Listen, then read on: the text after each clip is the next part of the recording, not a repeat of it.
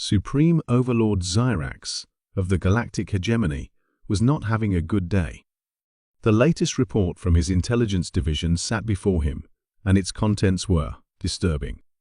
Humans, a species that had barely achieved faster-than-light travel, had somehow managed to stumble upon one of their most fortified military installations. But instead of cowering in fear, as any sensible primitive species should, they had done something unprecedented. They had laughed. "Play the recording again," Xyrax commanded, his crystalline form vibrating with annoyance. The holographic display flickered to life, showing the first contact encounter. The human vessel, a small exploration ship called the RSS Darwin, had emerged from hyperspace directly in front of the Hegemony's Pride, a battle station that had subjugated 12 star systems. Captain Maria Rodriguez's face had appeared on their communications screen, taken one look at their mighty fortress, and burst into laughter. "I'm sorry," she had said, wiping tears from her eyes, "but is that supposed to be intimidating? The structural weaknesses are so obvious. My engineering intern is having a field day counting them." The recording showed a younger human in the background, indeed, making notes and occasionally chuckling. "Captain, they're using crystalline-based quantum computing for their weapon systems." "That's so. Quaint. We abandoned that approach centuries ago when we realized how vulnerable it was to targeted electromagnetic pulses." Xyrax's aide, Xin-T, shifted uncomfortably. "Supreme Overlord, perhaps we should consider their observations more carefully. Our preliminary scans of their vessel revealed some concerning details." "What could possibly be concerning about a ship that small?" Xyrax demanded. "Well, sir, it appears to be running on technologies we can barely comprehend. Their computing systems seem to operate on biological synthetic hybrid principles. Their hull is made of self-repairing metamaterials, and their weapons." Xin-T paused. "We actually can't detect their weapons because we don't understand what we're looking at." The recording continued, showing Captain Rodriguez's growing amusement as she ordered her ship to conduct a demonstration. What followed still gave Xyrax nightmares. The tiny human vessel had launched what appeared to be a single primitive missile at an uninhabited asteroid near the battle station. The missile had split into thousands of nanoscale devices that consumed the asteroid, converting its mass into energy in a controlled reaction that could have powered the entire battle station for a year. The humans called it basic resource gathering. "You see," Rodriguez had explained, speaking as if to a child, "when you've spent as much time trying to kill each other as humans have, you learn to be really, really efficient about it. But we also learned when to stop.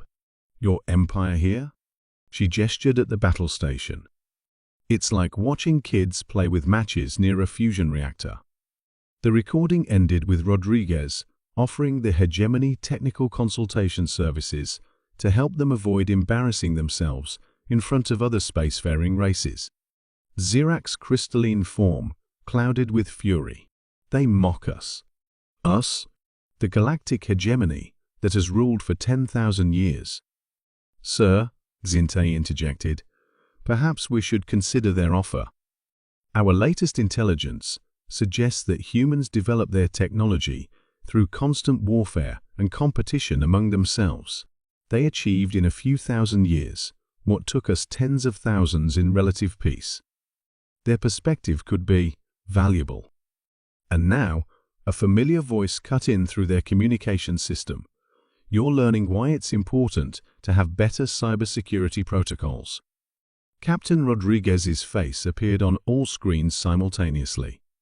"Sorry for the intrusion, but your firewalls were practically begging to be breached. Look, we humans have a saying, work smarter, not harder. Your empire has spent millennia building bigger guns and scarier battle stations, while we focused on efficiency and innovation because we had to." She smiled, but there was something predatory in it. "Here's a freebie. Your entire defense network could be crippled by a properly modulated pulse at the right frequency." We could have done it already, but where's the fun in that? Instead, we're offering to help. Think of it as technical evolution coaching from the species that turned warfare into an art form before deciding peace was more interesting. Zirak's aide was already nodding enthusiastically. The Supreme Overlord felt his crystalline structure age 1,000 years in that moment. And if we refuse your generous offer? Rodriguez shrugged. Then we'll probably end up selling our consulting services to your rival empires instead. Pure capitalism, you understand. Nothing personal. In the end, the Galactic Hegemony signed what became known as the Human Technical Advisory Treaty. Within a decade, their military technology had advanced more than it had in the previous 1,000 years.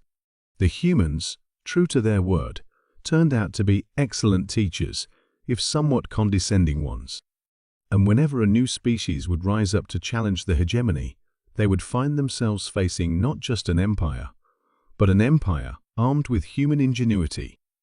The mere mention that a system had human-certified defenses was usually enough to deter any thoughts of invasion. As for Captain Rodriguez, she went on to build the most successful military consulting firm in the galaxy, with the motto, "We learned the hard way, so you don't have to."